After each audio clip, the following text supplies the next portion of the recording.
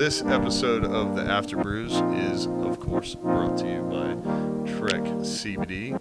My name is Ryan Smelts. And I'm Kevin Vincent. I'm Jenny Midgley. I am Sarah Madras. And we are the girls who do stuff. I don't wanna be just some after dark, late night party thought when the night gets lonely. I don't wanna be just an in between, some old faithful flame when you're all going wrong.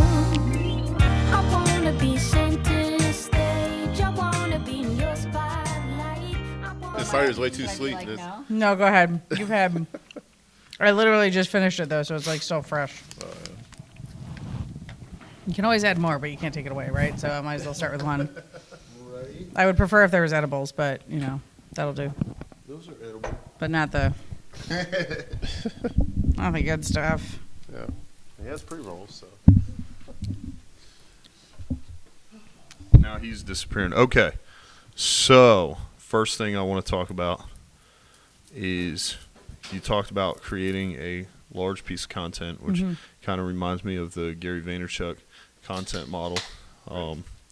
He's got like a 60 slide thing that he put out on LinkedIn about that, but tell me about that. So producing one large piece of content and then breaking it down, the distribution, what's that look like? So when we're talking about batch content, there's a few things that you can do. Like, so one of the things that I work with my clients on is we'll talk about long form content and short form content. So long form content are your articles, your blogs, your books, your Oh, look at that. Okay, well. Yeah, that's right. This is the live recording. This is the live recording here. How did that happen? How did that happen? I don't know. They've been sitting here for like an hour. That is weird. That is bizarre. How does that even happen? It was meant to be. Yes. Good production value. Is everything okay? What? Do we need towels? I don't even know. Keep talking. Okay.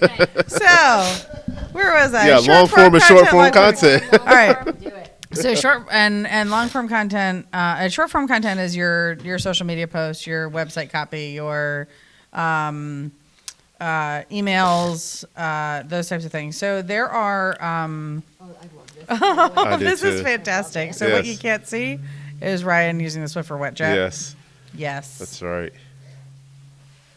Love it. This is fantastic. And we're all just We're mesmerized by We're mesmerized by the I'll Swiffer jet. I'll just finish my shit when we're done. I don't know what's happening. No, we can't do that. No, absolutely not. So one of the things that you can do is when you talk about creating batch content, it's when you do a whole bunch of stuff at the same time so that you have things scheduled out so you're using your time more effectively, right? But one of the things that you can do is you can write a blog post and then break that down into short form content. So you can take it, or you can take an email that you've sent out to your email list and turn that into 3 social media posts that flow into one another. or your video into a blog. So, do captions on your video. You can do transcriptions. You can go to rev.com and get, the minute by whatever, pay by the minute transcription or whatever. Or you can put captions on it so that you're turning it into the pieces of content that you need to drive your engagement, drive your audience. Right. So you're making a much more effective use of your time by doing it that way. And you're producing more content by just getting that one act done. Yeah. Yep. That's pretty good, yeah. So yeah. That's I love the way Ryan asked the question and just jumps off screen. Failed. He was like, I'm going to spill this beer everywhere so that I don't have to be part of the conversation. So you don't have to worry about it. You can repeat this question, but you just talked about the content a little bit.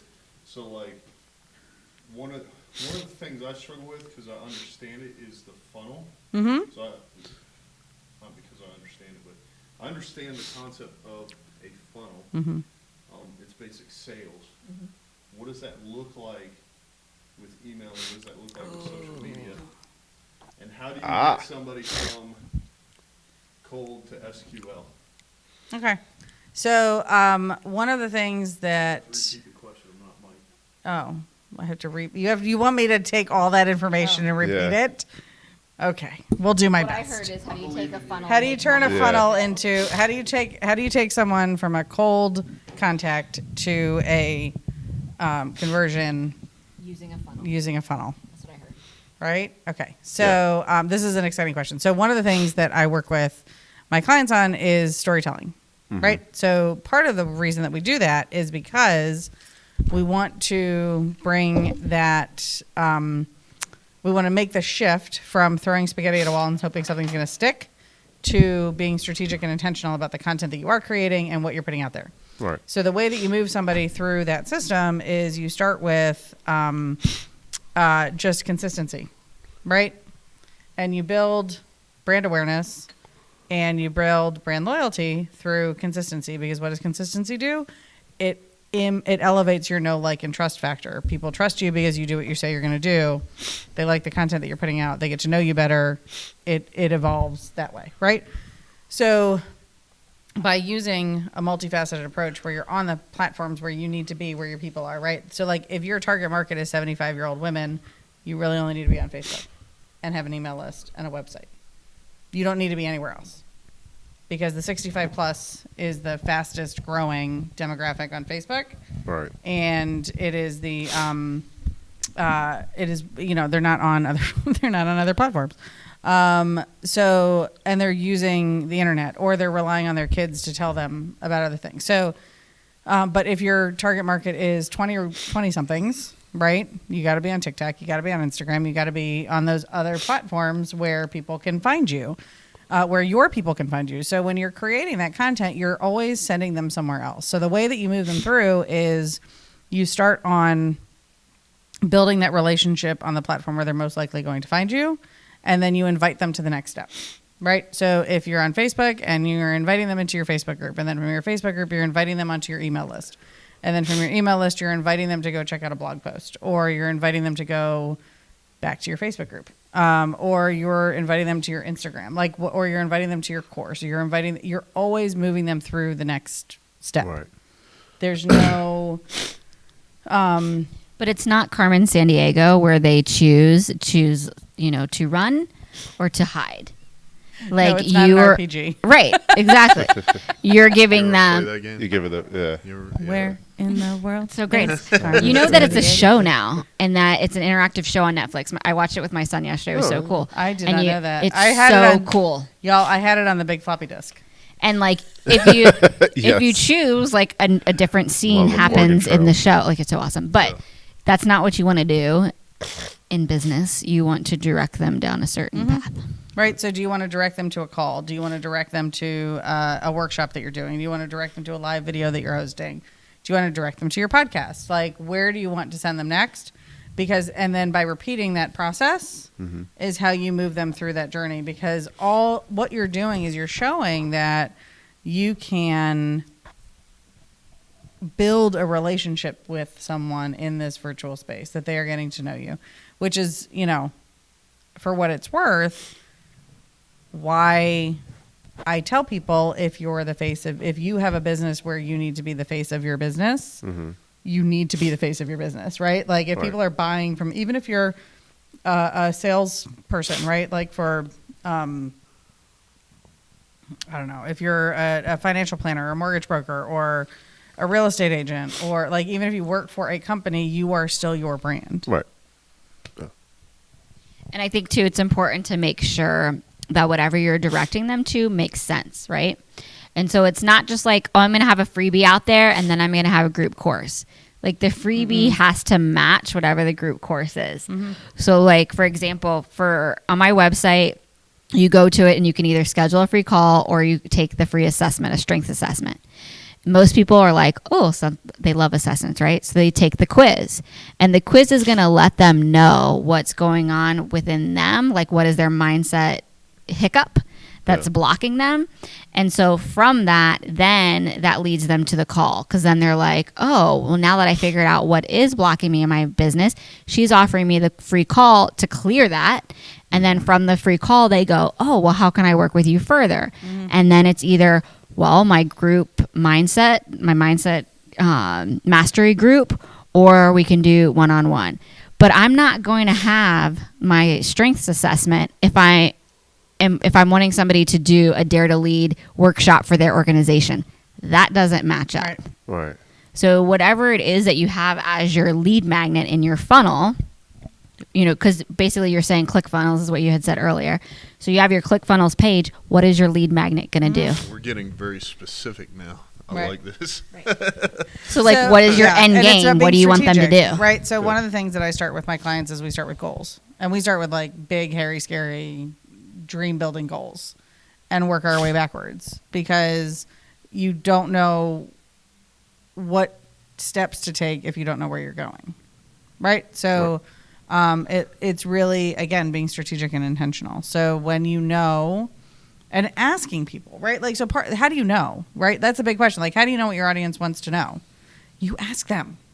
So, like, when you go into my Facebook group, there are 3 posts that you go through. I welcome you to the group, and then I click you, and I send you through the announcements. I'm like, here, click this link, go to the announcements. There's 3 posts that help me understand what you need to know, right? You tell me about who you are.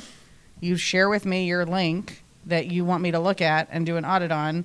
And then you tell me what is your most burning question about social media and content. And there I have a content creation system built in, right, in my questions when you enter the group, as well as on the first series of things when you're in the group. So it's a way for me to effectively speak to my audience because I already know what they want me to tell them. Because she had them answer a question. Because I had them answer simple questions. And then I just go in and do videos. I'll do tutorials. I'll go and do, all kinds of fun things. That's how people make money off membership sites, right? Like you pay $27 for a membership site. And they're giving you your freebie. They're building the connection with you, things like that. And then they're like, I want to dip my toe in, right? Your membership site is I'm dipping my toe in. It's a low price point at $27 a month or, $17, whatever the heck you set it at.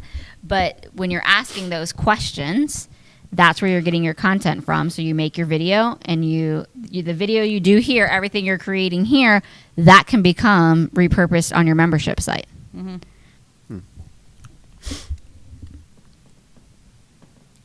Would you like us to keep going? I can go deep. I can give you more information. What's great about this is I was at a standstill because sometimes I make things more complicated than they are. And so with ClickFunnels, I was connecting my domain to use their email service, and I successfully made it much more complicated. So it only took me 4 weeks to fix that, which was a simple identify my ass versus my elbow and do what it was funny. Their help desk wasn't really any help, but that's because it was very simple. I just had to follow step 1, 2, and 3, and I literally just got that fixed. So now it's really a deep dive into, okay, what is my value proposition? What is my freebie? What are the next steps? What do I want the end result to be? Well, and I would say go backwards. What do I want my end result to be? And then reverse engineer your tiers. Yeah. Because if you want your end result to be a membership site or a group course or one-on-one or whatever. Well, can I tell you what it is? Yes, let's do this. So face to face, I would like to meet with people.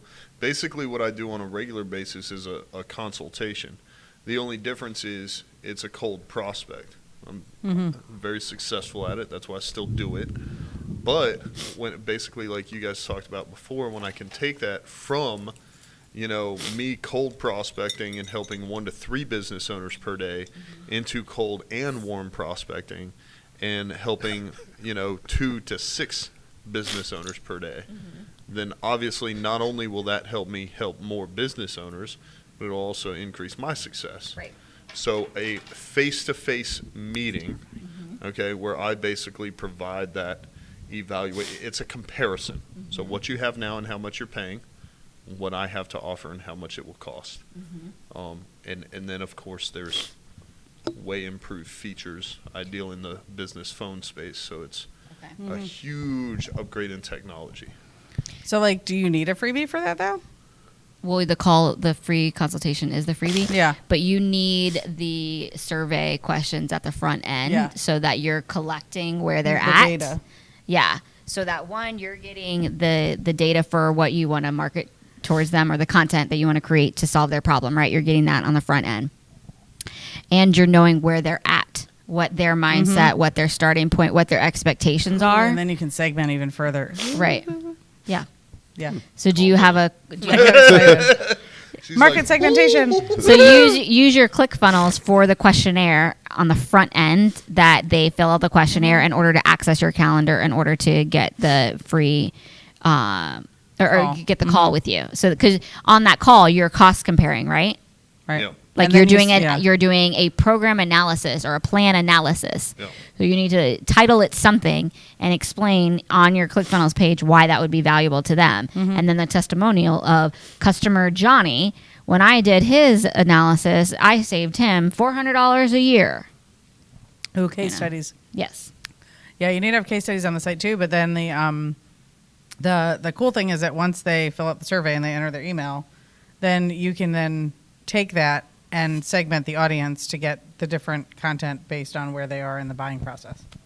Because they might want to see things from you 4, 5, 6, 7, 8, 9 times before they schedule the call. So like all of my workshops that I'm doing or speaking gigs that I go and do, especially now because it's Zoom, like that's the benefit of Zoom, I'm recording every freaking thing. Every freaking thing. And I'm I forgetting can to record everything. and I can cut it and make it into a 15-minute. So if I did an hour workshop, I can create that into a 15-minute takeaway, and boom, that becomes the value that you send them in that email. If somebody had one aha moment in that 15 minutes, or there was a tip in 5 minutes, then you edit that piece out and then you send them that because they're getting value from you. So they've given you their email because they've went through your funnel, and then you're sending them those valuable pieces so that you're providing them know, like, trust. They know what they're talking about. I like their vibe. You're building that They're- relationship. You're yes. separating yourself as the expert. You're establishing your credibility. you said you talked about, basically getting from point A to point B. So something that I was thinking about, and it sounds like it's not 100% necessary, especially if the end result is me meeting with them in the first place, a webinar. So that's kind of what I was thinking about to help build interest. I could do a group webinar, and I'm on the fence with that because if I want to do it on Zoom to use the webinar feature, I have to pay for it, which I think it's only like $15 a month or something like that. But The it's webinar like, feature is 50. it's like, do I pull the trigger on that? Do I hold a group webinar where I'm still, once again, catering to that funnel, and that audience, but then if I'm also scheduling one-on-one meetings, it's going from cold prospect to warm prospect to webinar to one-on-one meetings. So it's basically time consuming is what I'm thinking. Would Right, you I do different content in the webinar than what you would do on your one-on-one meeting? That's a really good question. So I think the short answer is no. So then no. I could, but it would take a lot more work. You see what I'm saying? You could embed a video on the website. Like Yeah. there's another way to do. So you have people take the survey. They finish the survey. They get a click to a hidden link on the website that is only accessible when they complete the survey and give you their email. So they're already in your funnel. And you don't even need that in ClickFunnels. It just takes you. So you don't even need a secret hidden embedded thing on your website. you It's can just do in it- ClickFunnels. Okay. Yeah. You can, you can do exactly what. There's it's more than crazy. ClickFunnels out there. I'm There just is. saying. Yes. So you can have that embedded video where you give the introduction, right? Like they've already scheduled the call. What are the things that you repeat to every single customer that you don't have to repeat to every single customer? Because you've already embedded that preview video that they get as part of the invitation. Wow. Yep. That. Work smarter, not harder. Yeah. When you find yourself repeating the same information over and over and over again, you are going from effective time use to ineffective time use, because you can then create a piece of content or several pieces of content that become evergreen because it's the same thing that you say to every single client. So whether it's in the welcome email whether it's in the confirmation email, whether it's on the embedded on the website, whatever it is, when you are taking that same information, repeating it over and over and over again, turn it into a piece of content that then becomes evergreen, that you can repurpose on multiple platforms. That's how group and programs and Yeah. membership sites are created, because Yeah. you're saying the same stuff over and over and over again. Because you know the My demand head is just there. exploded. Did it? Okay, good. That's what So- that sound was. So obviously, because obviously, like when I go business to business, I'm repeating the same thing over and over again. The biggest difference is there is no replacement for face-to-face human Right. interaction. So what I am doing through this project is supplementing that. Correct. But when you supplement via digital and you do what you just said, you're exactly right. And I'm a firm believer. I do not want to do the same thing twice, ever. Right. I get very upset when I work on something and I do it and I finish it, and somebody's like, "Oh, that's not good. You have to redo it." I'm like, wrong guy. Yeah, I've moved on. Yes, I've checked it off my list, and I've now moved on to something else. So, like, yeah. what would it mean for you, though, right? Like, think about what it would mean for you if you could take your process and just tweak it. There is no replacement for face-to-face. But when you go into face-to-face and you're like, look, I value your time.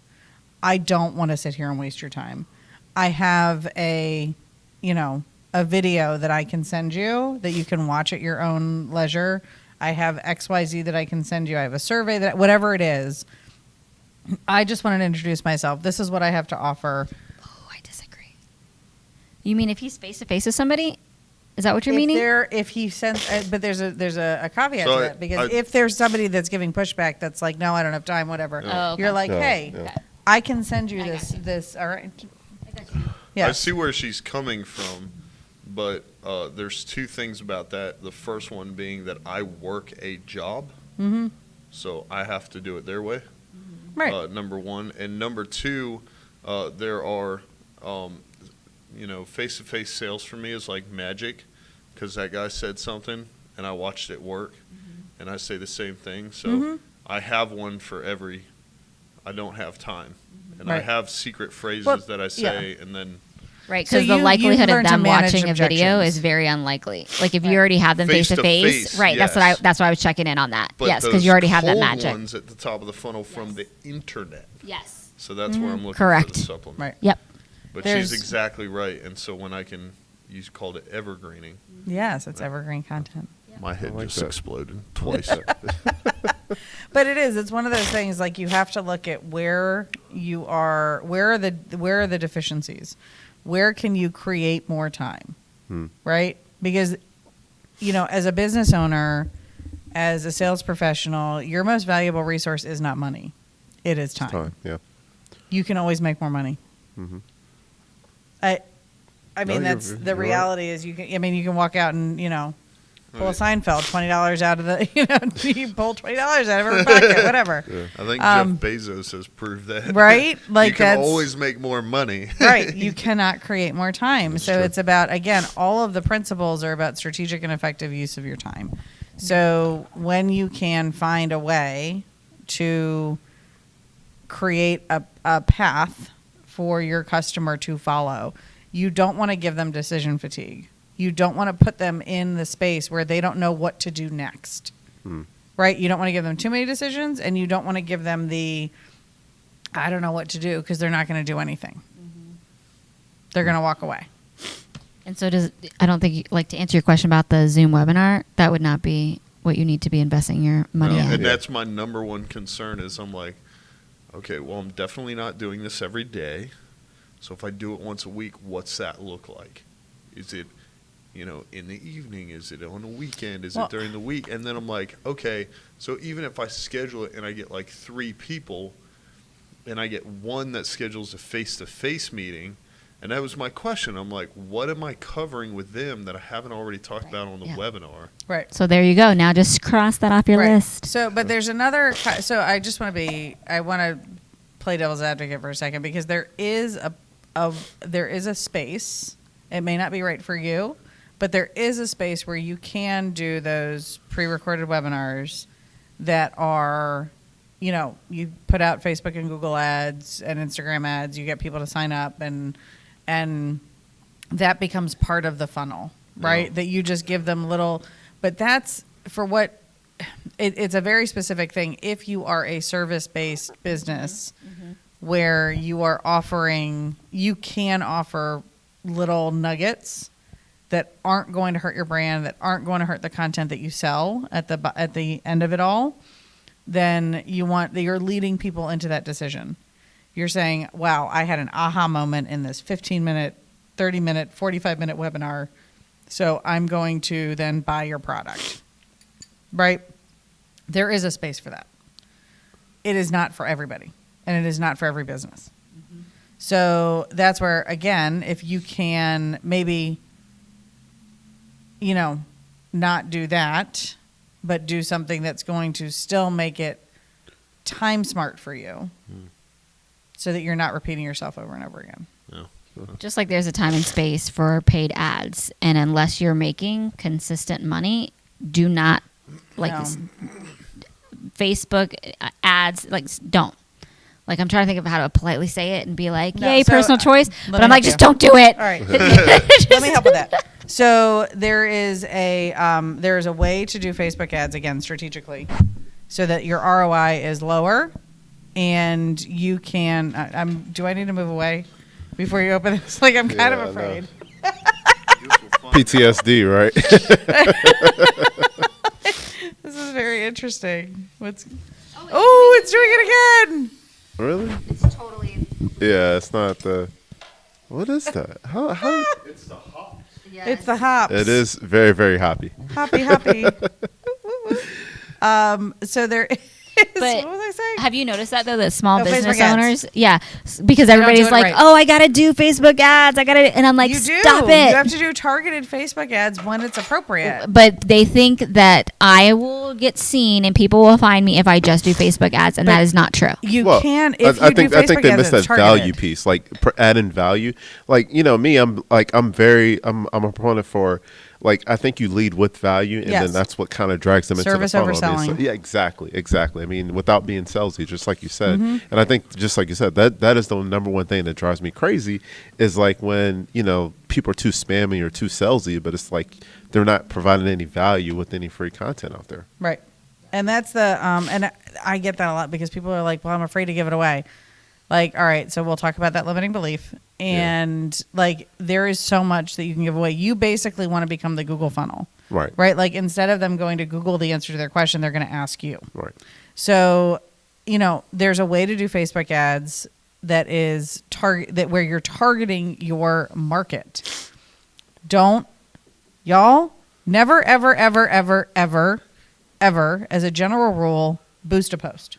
Ever. Ever, never. Wait, I have a question. When should we boost a post? Never, ever, never. Okay. Never, All right, ever. just so we're on the same Never, page. ever. So it works for very specific businesses. You can strategically target a boosted post. It does not work for everybody. So don't believe when they say you're going to be seen by 10,000 people. Yep, not your market. Right. Well, It's and not do your you want to customer. learn Facebook analytics and how the ads, or do you want to provide value? Right. At the beginning, stop trying to learn, because that within itself is a skill Yep. Right. of how to master Facebook ads. Yep. So stop messing around with trying to master that skill. Mess around with building relationships and master your craft. Yep. Right. Just And here- forget the damn Facebook ads. Unless Right. you're making six figures, Well, just no, but that's stop not, it. No, but that's not true either.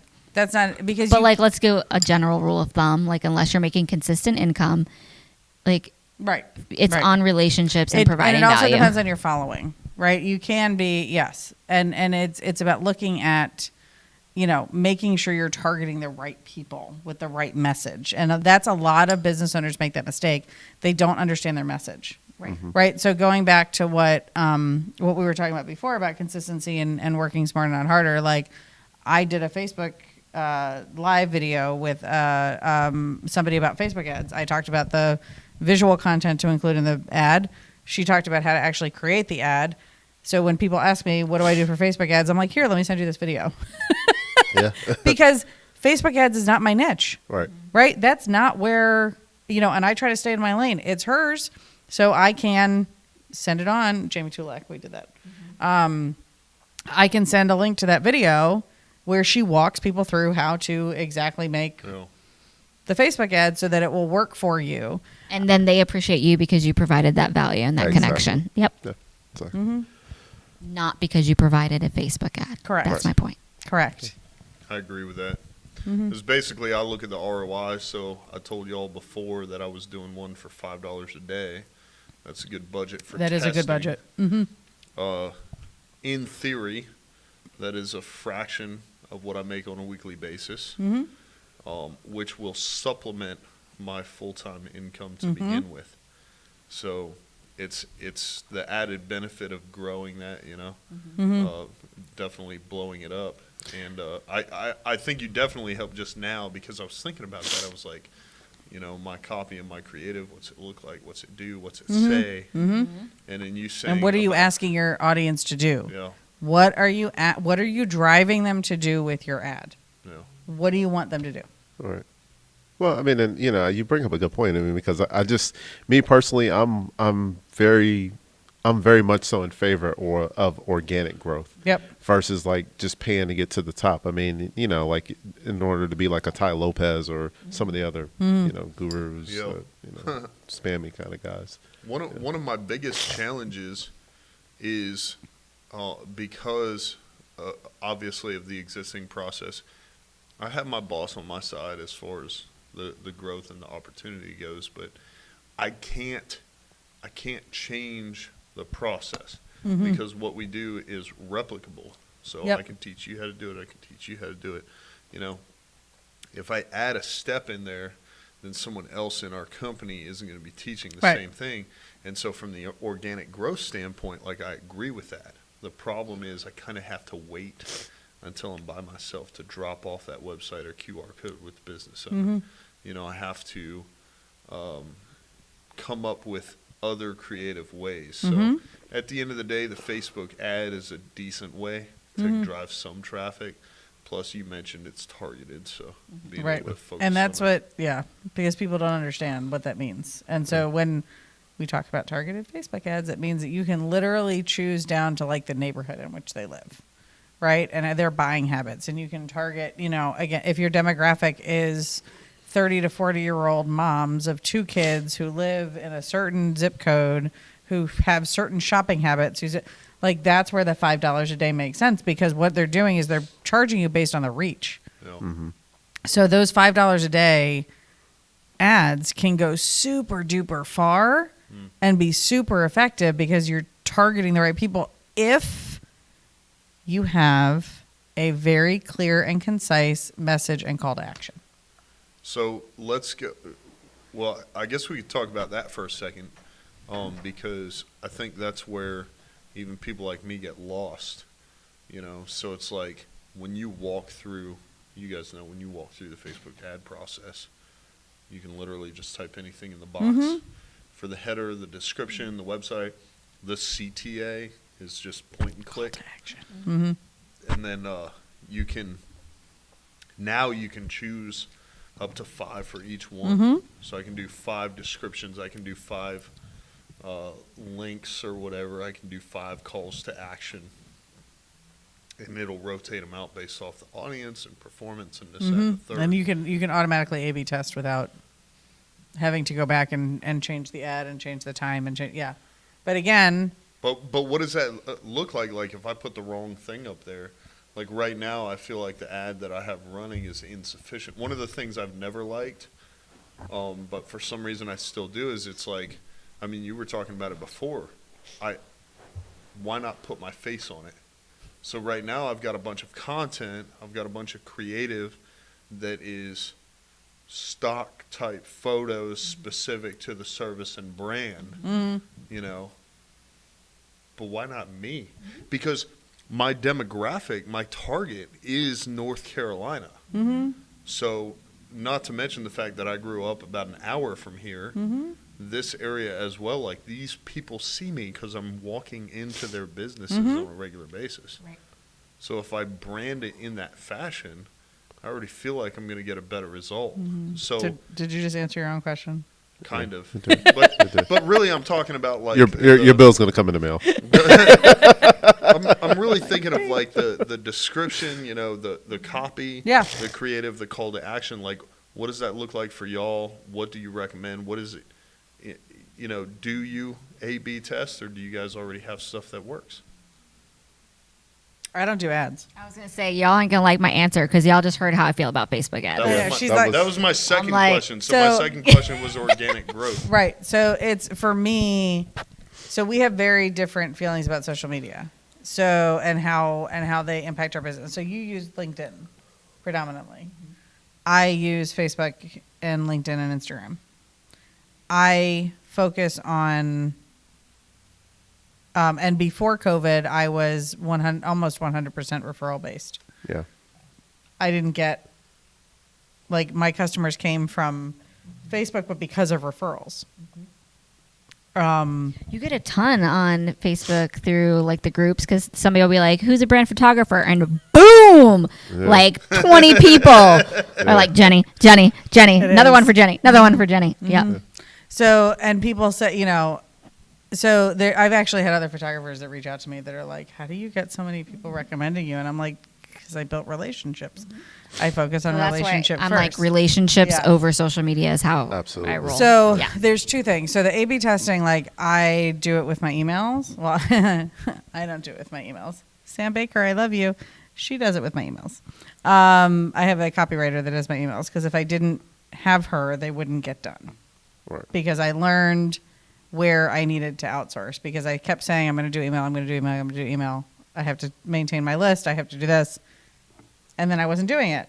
So I hired somebody to do it. Okay. So that's number one. But I will look at, one of the things you can do is you look at just basic analytics, like focus on organic growth first. So look at the platform where you're at. If you have a business account on that platform, whether it's Pinterest or TikTok or Instagram or Facebook or whatever, you can look at the analytics and you can see when your posts are being seen and by whom and what the reach is and what's happening. So one of the really cool things about Girls Who Do Stuff is we typically only post once a week and our engagement is bananas because we set the expectation that we're only posting once a week and all of those, every single one of those posts gets shares and comments and likes and things. So they never disappear because the algorithms look for things that get comments, likes, and shares. Right. Comments, reactions, and shares, not just likes. They really want reactions. And so part of that is like, it kind of, for some people it's counterintuitive because they're like, but why are you're not posting consistently? I'm like, but we are. We post every Tuesday. Right. Like we are being consistent because, and that's what the algorithm has learned. The AI has learned that that's what we do. Right. And so it shows our stuff. So part of this is learning how the algorithms work, how the AI works on the platform on which you're on. Part of it is looking at what your audience wants. When, what content do they want to see? Again, that goes back to asking questions. Yeah. If you're providing content that they want to know about, you're going to get engagement. But the reality is that organic growth happens because you're intentional and strategic about what you're putting out there and when and how often and your frequency of putting it out. Because for TikTok, if you want to grow a TikTok, you have to put out decent content, 5 to 10 videos a day. If you want to grow on Instagram, you have to post a couple times a day and do a bunch of stories. If you want to grow on Facebook, you have to post 3 to 5 times a day and do a bunch of stories. If you want to grow on Pinterest, you have to create boards and share other people's content and have other people contribute to your boards and create a community. Like there are methods to working with the platforms. LinkedIn, number one underutilized social media platform Yeah. is LinkedIn. I agree. There are, I'm going to drop some stats on you. All right. So there's worldwide, there's 9 billion impressions on Facebook a month or on LinkedIn a month. They're made by 3 million accounts. So when you think about that, right, it is very easy to break the algorithms on LinkedIn and get visible. Because at the end of the day, it's about visibility. And visibility has nothing to do with your with you bothering anybody. Right? Like, so on average, 3% of your followers see your Facebook posts, right? So 3 to 4%, 3.6. So if you have 100 followers, do the math. 3 to 4 3 to people 4 are seeing your stuff. So on average, because people think that they're like, I don't want to bother people. I don't want to, like, stop it.